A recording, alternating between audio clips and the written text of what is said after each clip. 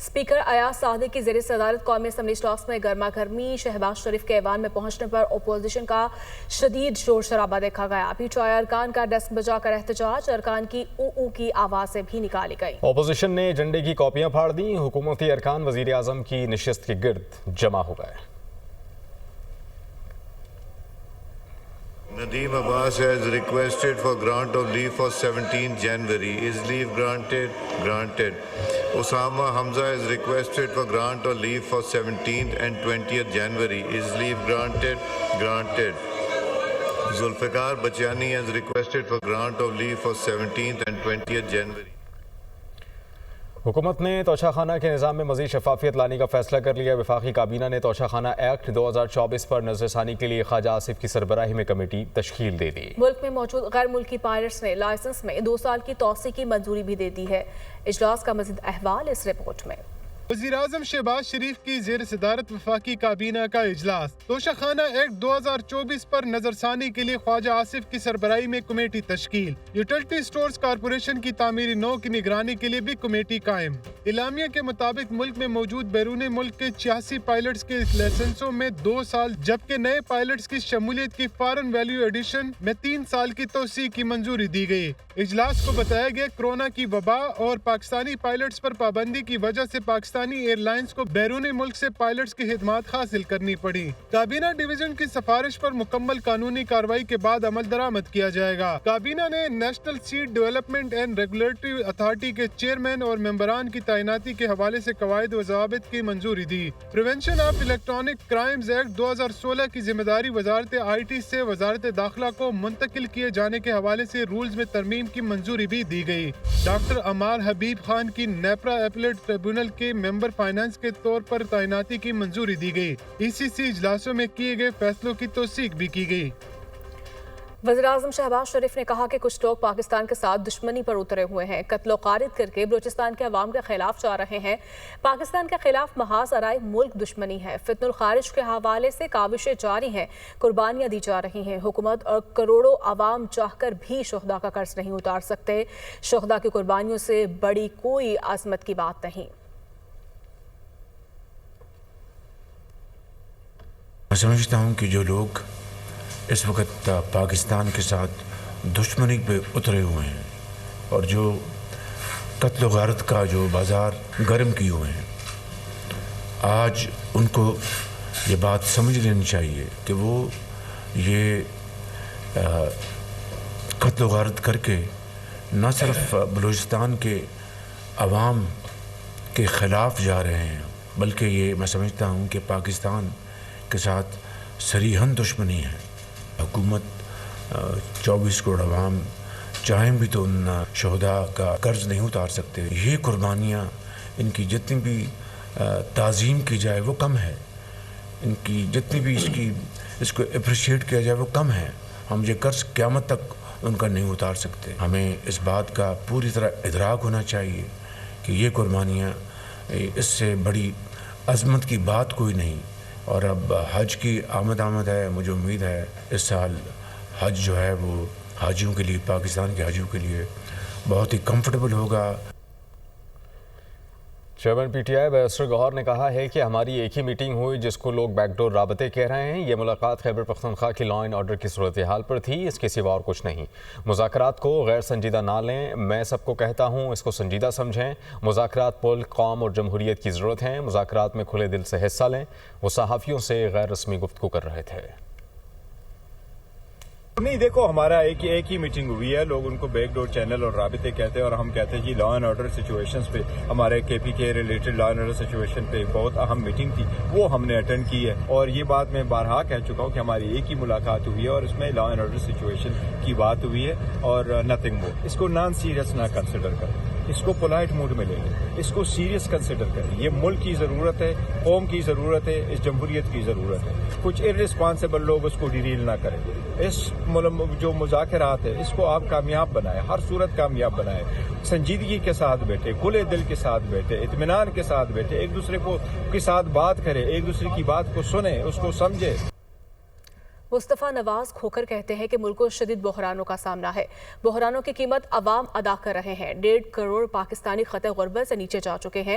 मौजूदा हालात में मुल्क को मुफाहिमत की ज़रूरत है। इस्लामाबाद में वो मीडिया से गुफ्तगू कर रहे थे।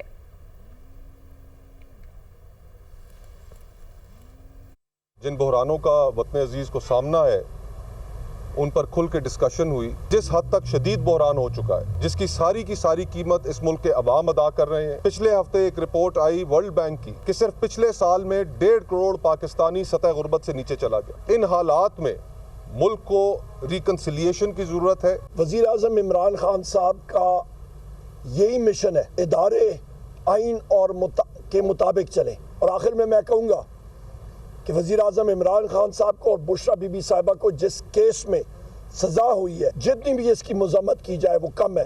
इंशाअल्लाह ताला इसको हम लोग चैलेंज करेंगे। इस वक्त ज़रूरत इस बात की है कि पूरी पाकिस्तानी कौम अपनी हुकूक के लिए उठ खड़े हो, और ख़ासकर जो 26वीं आईनी तरमीम हुआ है उसने रहा सा कसर भी ख़त्म कर दिया है। इसके लिए हमने मुशावरत शुरू की है। अब दीगर पॉलिटिकल पार्टीज को मिल रहे हैं, सबको हम इकट्ठा कर रहे हैं। 2-3 दिन के सेमिनार होगा।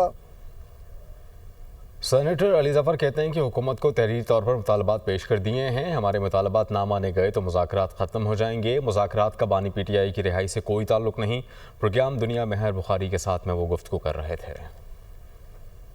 यकीनी तौर पे मुज़ाकरात तो अपनी जगह चल रहे हैं। अगर हमारी दोनों डिमांड्स ना मानी गई तो यकीनी तौर पे वो ख़त्म हो जाएंगे, लेकिन इनका ताल्लुक इमरान खान साहब की रिहाई से नहीं है। ये अल कादिर का केस भी जो है और जो मज़ीद केस भी आने वाले हैं वो उसको हाई कोर्ट से अपने आप को बाइज़्ज़त बरी करेंगे। यकीनी तौर पे एक मुलाकात तो हुई है बैरिस्टर गौहर की, उसमें कोई ऐसी मुझे खबर नहीं मिली कि दोबारा कोई ऐसा राब्ता हुआ। इस मुलाकात के बाद परेशानी जो देखने में आई PMLN के रैंक एंड फाइल में। वज़ीर ख़ज़ाना मोहम्मद औरंगज़ेब का आलमी इक़्तिसादी फ़र्म की वेबसाइट पर मज़मून।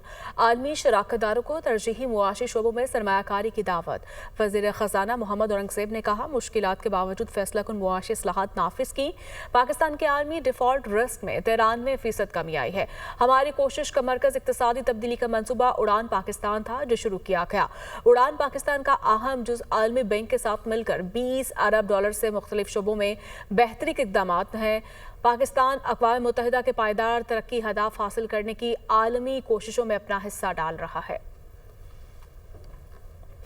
बात करेंगे बेंचेस का इख्तियारात से मुतालिक केस में रजिस्ट्रार सुप्रीम कोर्ट अदालत के सामने पेश। सुप्रीम कोर्ट के सीनियर जज जस्टिस मंसूर अली शाह ने कहा कि जहां महसूस हो फैसला हुकूमत के खिलाफ हो सकता है और वो कमेटी वो केस ही बेंच से वापस लें। कमेटी के अदालत बेंच से केस वापस लेने के तो अदलिया की आज़ादी का खात्मा हो जाएगा। अदालत ने सीनियर वकील मुनीर ए मलिक और हामिद खान को अदालती मुआवन मुकर्रर कर दिया। मामले पर राय तलब कर ली गई है। सुप्रीम कोर्ट में बेंचेस के इख्तियारात का केस समाअत के लिए मुकर्रर न करने का मामला। जस्टिस मंसूर अली शाह की सरबराही में 2 रुकनी बेंच के रूबरू तौहीन अदालत केस की समाअत। सीनियर वकील मुनीर मलिक और हामिद खान अदालती मुआविन मुकर्रर। अटॉर्नी जनरल को भी मुआवनत की हिदायत। रजिस्ट्रार सुप्रीम कोर्ट अदालत के सामने पेश हुए। जजेस ने रजिस्ट्रार सुप्रीम कोर्ट से सवाल किया, बताएं अदालती हुक्म के बावजूद केस मुकर्रर क्यों नहीं हुआ। रजिस्ट्रार ने जवाब दिया, बेंचेस के इख्तियारात से मुताल्लिक केस आईनी बेंच का था, गलती से रेगुलर बेंच में लग गया।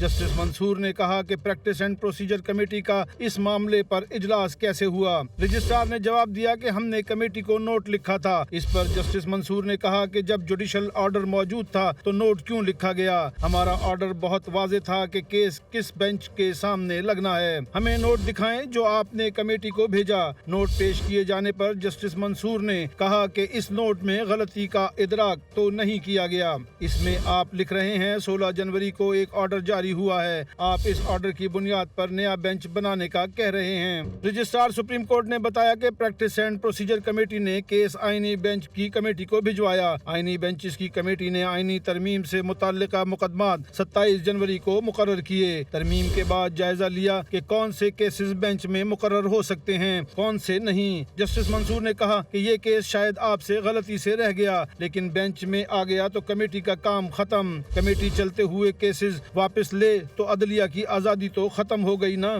جہاں محسوس ہو کہ فیصلہ حکومت کے خلاف ہو سکتا ہے تو کیس ہی بینچ سے واپس لے لیا جائے۔ یہ کیس آپ سے رہ گیا اور ہمارے سامنے آ گیا، آخر اللہ تعالیٰ نے بھی کوئی منصوبہ ڈیزائن کیا ہی ہوتا ہے۔ جسٹس عقیل نے ریمارکس دیے کہ ٹیکس کے کیس میں کون سا آئینی ترمیم کا جائزہ لیا جانا تھا جو مقدمہ واپس لے لیا گیا۔ ایک کیس سننے سے کیوں اتنی پریشانی ہو گئی کہ بینچ سے کیس ہی منتقل کر دیا۔ جسٹس منصور نے کہا کہ ایسا کیس جس پر جوڈیشل آرڈر ہو چکا اسے واپس کیسے لیا جا سکتا ہے؟ ججز کمیٹی کو عدالتی بینچ سے کیس واپس لینے کا اختیار ہی نہیں۔ رجسٹرار نے کہا کہ پریکٹس اینڈ پروسیجر قانون ایکٹ آف پارلیمنٹ ہے، قانون کے تحت ججز کمیٹی عدالتی بینچ سے کیس واپس لے سکتی ہے۔ اس پر جسٹس منصور نے کہا کہ اگر ایسا ہوتا رہا تو کل اس لیے کیس واپس لیا جائے گا کہ حکومت کے خلاف فیصلہ ہونے لگا ہے۔ بعد ازاں سپریم کورٹ نے عدالتی معاون مقرر کرتے ہوئے رائے طلب کی کہ کیا ججز کمیٹی جوڈیشل آرڈر کے باوجود بینچ تبدیل کر سکتی ہے۔